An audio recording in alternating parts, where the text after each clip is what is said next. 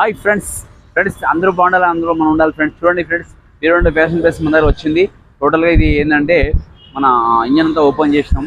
So ఇంజన్లో ఏమైందంటే sound వస్తుందని open చేశాను. చూడండి ఫ్రెండ్స్, మొత్తం ఇంజన్ అంతా మొత్తం ఓపెన్ చేసి పెట్టాను. వచ్చినంటే మీకు వీడియో చూడండి. ఇందులో ఏమైందంటే సౌండ్ వస్తుందని ఇంజన్ ఓపెన్ చేశాను. సో ఇంజన్లో టైంకు ఆయిల్ మెయింటైన్ చేయక ఇది ఒక బోల్ట్ స్లిప్ ఉండి చూడండి ఫ్రెండ్స్, కనిపిస్తుంది. ఈ బోల్ట్ లోపల స్లిప్ అయ్యి ఏమైందంటే అలా ఆయిల్ చుక్క కారిపోయింది. కారిపోవడం వల్ల ఇంజన్లో ఆయిల్ అయిపోయింది. ఆయిల్ అయిపోయి లాస్ట్కి ఏమైందంటే సో టోటల్గా ఇంజన్కి ప్రాబ్లం వచ్చింది. సో మన బండి కూడా ఆయిల్ లీకేజ్ ఉంటే చాలా డేంజరు.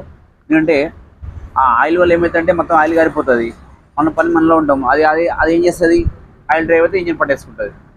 ఇప్పుడు అదే చూడండి, థ్రెడ్డింగ్ పోయింది. థ్రెడ్డింగ్ పోతే మన వాళ్ళు ఏం చేశారంటే అలా దీన్ని నడిపారు.